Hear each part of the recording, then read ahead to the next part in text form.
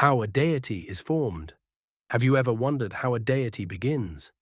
How a thought becomes a force so powerful it can shape generations? Some say it starts with fear. Long before cities and calendars, humans huddled around fires, listening to the growl in the dark. They needed something larger than themselves to explain the unexplainable: lightning splitting the sky, the harvest failing, the child born with eyes like embers. In that moment, fear found a shape, and from fear, reverence was born. But not all deities are born from terror. Some rise from gratitude. A hunter returning with food for the village looked up at the moon and whispered thanks. A mother holding her newborn prayed to the river for clean water.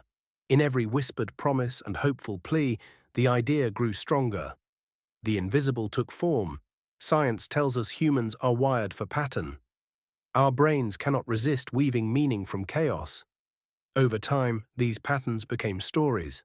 Stories became symbols. Symbols became gods. In mythology, a deity is not just a spirit.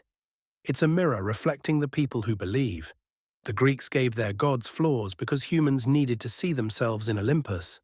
The Egyptians wove divinity into every sunrise, believing the sun god Ra sailed across the sky in a golden boat. The Yoruba told of Orisha who lived among them, guiding, correcting, and loving with a patience no human could match.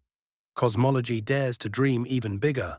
What if deities are not born in the mind alone? What if they are the universe awakening to its own wonder?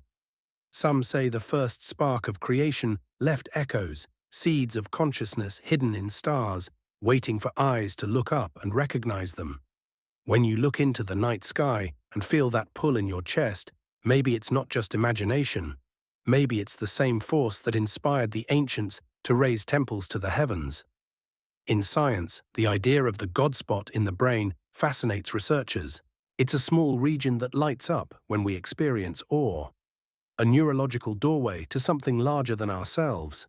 Yet even scientists admit that understanding the circuitry doesn't diminish the wonder. If anything, it shows how beautifully we are designed to long for connection with something infinite. A deity is not always a being on a throne. Sometimes it's a spirit so vast it cannot be named. Other times it's as simple as the feeling that you are guided and loved even in your loneliest hour. In every culture, one truth repeats: deities are born where stories and hearts meet. They are sustained by devotion, reshaped by generations, and carried forward by the simple act of belief. Perhaps that's the most inspiring part, that something invisible, an idea, a hope, a story, can endure for thousands of years.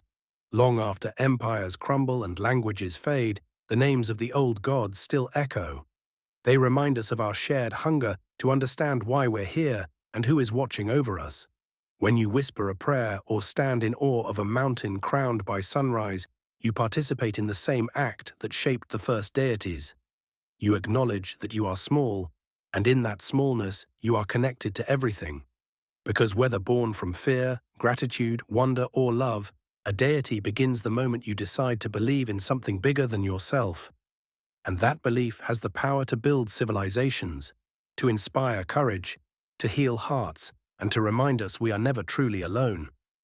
So the next time you feel that quiet pull toward the unseen, don't dismiss it. It's the same force that lit the first sacred fires and carved the first symbols into stone. It's the birthplace of every god ever named, and it still lives inside you.